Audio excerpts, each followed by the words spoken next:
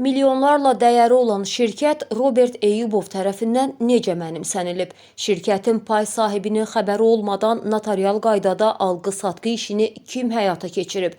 Türkiyəli vəkilin də qoşulduğu qalmaqallı məsələdə kimlərə müraciət olundu? Bu və digər iddialarla az sonra tanış olacaqsınız. İş xanımı Mahirə Əsədova və şəriki hazırda həbsdə olan Elnur İskəndərovun sahibi olduqları 21 milyon mal qalığı olan Sonar Farm şirkətinin qanunsuz yolla əllərindən alınması iddiası ilə bağlı məlumat vermişdik. Xatırladaq ki, Elnur İskəndərov İfadəsində bildirirdi ki, cəzaçəkmə müəssisəsindən ona təzyiqlər göstərən vəkil Əziz Qəmbərlinin vasitəsilə sözgedən şirkət məcburi şəkildə Robert Eyyubovun adına keçirilib.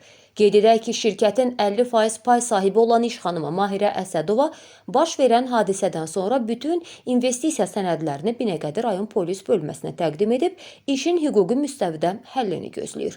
Onu da bildirək ki, Mahirə Əsədova pay sahibi olduğu halda şirkətin hədə-qorxu yolu ilə Robert Eyyubovun adına keçirilməsi zamanı elə şirkətin öz pulu hesabına aparılan alqı-satqı işindən xəbərsiz olduğunu iddia edir. Xatırladaq ki, əvvəllər işi aparan vəkil Ramil Rüstəmovu müəyyən səbəblərdən hazırda Türkiyəli hüquq müdafiəçisi İbrahim Köçtər əvəz edir. Köçtərə işlə tanış olduqdan sonra ilk öncə Azərbaycan Respublikası Baş Prokuroru Kəmran Əliyev və Daxili İşlər Naziri Vilayət Eyvazova müraciət edərək məsələnin tam obyektiv və şəffaf araşdırılması üçün göstəriş vermələrini istəyib. Bu arada redaksiyamıza vəkil İbrahim Köçtərənin ölkə rəhbərliyini etdiyi müraciət daxil olub. Köçtərə müraciətində Elnur İskəndərov və Mahirə Əsədovanın hüquqlarını müdafiə edən şəxs qismində çıxış edərək həm Azərbaycan Respublikasında, həm Türkiyə Cümhuriyyətində, həm də beynəlxalq hüquq səviyyəsində illərin şirkətində payının qanunsuz şəkildə heç bir haqq ödənmədən ələ keçirən şəxslər barəsində hüquq, haqq və ədalət prinsipləri əsasında hüquqi mübarizəni davam etdirəcəklərini və qanunların aliliyinə inandıqlarını bildirib. Eyni zamanda məsələ ilə bağlı Azərbaycan Respublikası Ədliyyə Nazirliyi, Azərbaycan Respublikası Prezidenti, Prezident Administrasiyası, Prezidentin köməkçisi, Baş Prokurorluq və Daxili İşlər Nazirliyinə bütün lazımi müraciət və addımların atıldığını, hədə-qorxu və qanunsuz yollarla Sonar Farm şirkətinin əmlakına və bank hesablarına əl qoyan şəxslərin ədalət qarşısında cavab verəcəyi günə qədər mübarizələrini davam etdirəcəklərini qeyd edib. Qalmaqallı məsələdə adı hallanan Mahirə Əsədova ilə əlaqə saxlayıb qaranlıq məqamlara aydınlıq gətirmək istədik. İddiaların doğru olub-olmadığını dəqiqləşdirmək üçün Mahirə xanıma sizi Sonar Farm şirkəti ilə nə kimi bağlılığınız var sualını verdik. Mən Əsədova Mahirə artıq 27 ildir sahibkarlıq fəaliyyəti ilə məşğulam. Bir neçə il öncə uzun illər sahibkarlıq fəaliyyəti ilə məşğul olarkən əldə etdiyim vəsaiti toplam şəkildə Sonar Farm şirkətinə yönəldib bir dərman şirkəti qurdum, yaratdım və dərman şirkətində maliyyə vəsaiti tələb olunduğundan mən İskəndərov Elnur Qayıfverdi oğlunun da maddi vəsaitini ora yönəltmişəm.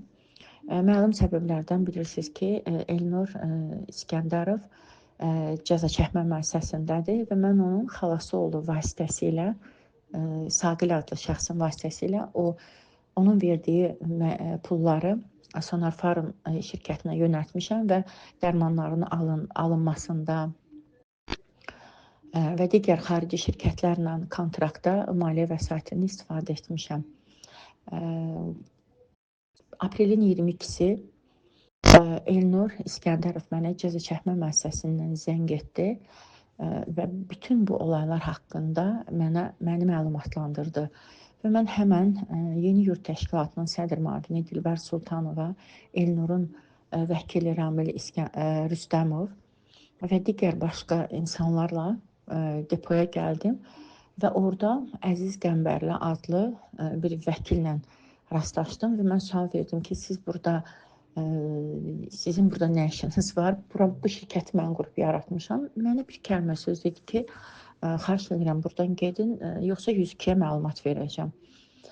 Və mən çıxdım, gəldim evə və ondan sonra mən ümumiyyətlə o şirkətə ayaq qoymamışam. Mən onun nəzərinizə çatdırım ki, mən həm o şirkəti, həm də ona bağlı olan bir neçə apteki mən şəxsən öz zəhmətimlə, öz əllərimlə qurub yaratmışam və maliyyə vəsaitini də ora müəyyən evlərimi sataraq yönəltmişəm və günü bu günü mən nə o apteklərə, nə də dərman şirkətinə girə bilmirəm.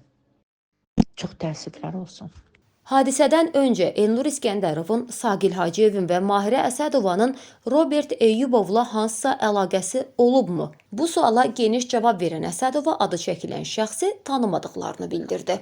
Mən Əsədova Mahirə, İskəndərov Elnur Qayıfverdoğlu və Saqil şirkətin ki, kimin adına təsis etmişik. Bu üç insan heç bir zaman Robert Eyyubovla tanışdığı olmayıb, onunla heç bir telefon əlaqəsi, ümumiyyətlə tanımırıq biz belə bir insanı. Mən bu sözü Elnurun adından ona görə deyirəm ki, dəfələrlə bu barədə ondan soruşmuşam və Elnurun xalası oğlu Saqildən də neçə dəfələrlə soruşmuşam ki, sən Robert Eyyubov adlı insanı tanıyırsan? Dedi ki, yox Mahirə xanım, mən elə bir insan tanımıram, sadəcə Elnur müəllim, Yaşar müəllimin vasitəsilə göstəriş verib ki, sənədlərin 51%-ni Əziz Qəmbərlinin vasitəsilə Robert Eyyubovun adına keçirdək dedi. Mən Əziz Qəmbərlidən başqa mən heç kəsi görməmişəm və notariusda da bizim öz şirkətimizin pulu ilə 300.000 manat, elə şirkətin öz pulu ilə da dedi notariusda alqı-satqı eləmişik və sonradan da həmin o pulu gətirib şirkətə təhvil vermişik. Hadisə ilə bağlı hüquq mühafizə orqanlarına müraciətindən söz edən iş xanımı şahidlər də daxil olmaqla ifadə verdiklərini və bütün sənədləri onlara təqdim etdiklərini söylədi. Bəli, bu olaylar haqqında hüquq mühafizə orqanlarında bütün şahidlər ifadə verib. Mən özüm də ifadə vermişəm və mənim Sonar Farm şirkətinə qoyduğum vəsaiti rəsmi şəkildə bütün sənədlərini təqdim etmişəm ora. Yəni Elnur İskəndərov özü də ifadə verib, Saqilin özünün də ifadələri var. Digər o 300.000 manatı alqı-satqı edərkən o pulu götürüb aparanlar, gətirənlər, bütün hamısı orada şahid ifadələrini veriblər. Və mən bizim çox hörmətli vilayət müəllim Elvazov cənablarından rica edirəm ki, bu işi öz nəzarətinə götürsün və mən hər zaman ictimaiyyətdən vilayət müəllim cənablarının Azərbaycan Respublikasının qanunvericiliyi hər zaman onun üçün prioritet olduğunu mən hər zaman ictimaiyyətdən şahidi olmuşam və onu ədalətli, humanist bir nazir kimi tanımışam və mən düşünürəm ki, bu məsələ onun nəzarəti altında obyektiv həllini tapacaq və bütün bu insanların əməllərinə hüquqi qiymət veriləcək. Xatırladaq ki, sözgedən məsələdə Robert Eyyubovun şirkətdən hədə-qorxu yolu ilə daha 1.200.000 manat aldığı da iddia olunurdu. Əsədova bu mövzuya da aydınlıq gətirdi. Ki, qaldı 1.200.000 məsələsinə, bəli, o bizim şirkətdən verilib, Sonar Farm şirkətindən müəyyən alınmasında Əziz Qəmbərli iddialara görə iştirak edib, alınmasında, verilməsində. Yəni mən bunu şahidlərin dilindən olaraq sizə deyirəm. Çünki mən o alınmasa, verilmədə, o pulların alıb verilməsində mənim heç bir iştirakım olmayıb və mən ümumiyyətlə xəbərim olmayıb. Amma bu barədə şahidlər ifadə verib, Samir adlı şəxsə və müəyyən hissəsini də Əziz Qəmbərliyə verilib. Mən bunu yalnız şahidlərin dilindən sizə deyirəm.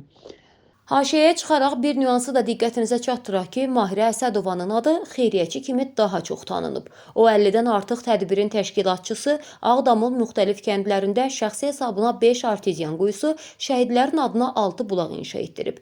Heydər Əliyevin həyat yolunu əks etdirən 2 filmin, Böyük Dayaq və Mən Azərbaycanlıyam filmlərinin Türkiyədə, Macaristanda, İtaliyada təqdim olunmasında dəstək göstərib. Alim Aida İmanquliyevanın həyat yolunu əks etdirən Biz Şərqdənik filminə maliyyə dəstəyi ayırıb və sair kimi xeyriyyəçilik işləri ilə məşğul olub. Ümid edirik ki, vətəni üçün imkanı daxilində xeyriyyəçilik işləri görməyə çalışan Mahirə Əsədovanın iddia etdiyi kimi üzləşdiyi problem lazımi qurumlar tərəfindən tam araşdırılıb həllinə çalışılacaq. Bu arada səsləndirilən iddialarla bağlı adı çəkilən şəxslərin də mövqeyini işıqlandırmağa hazırıq.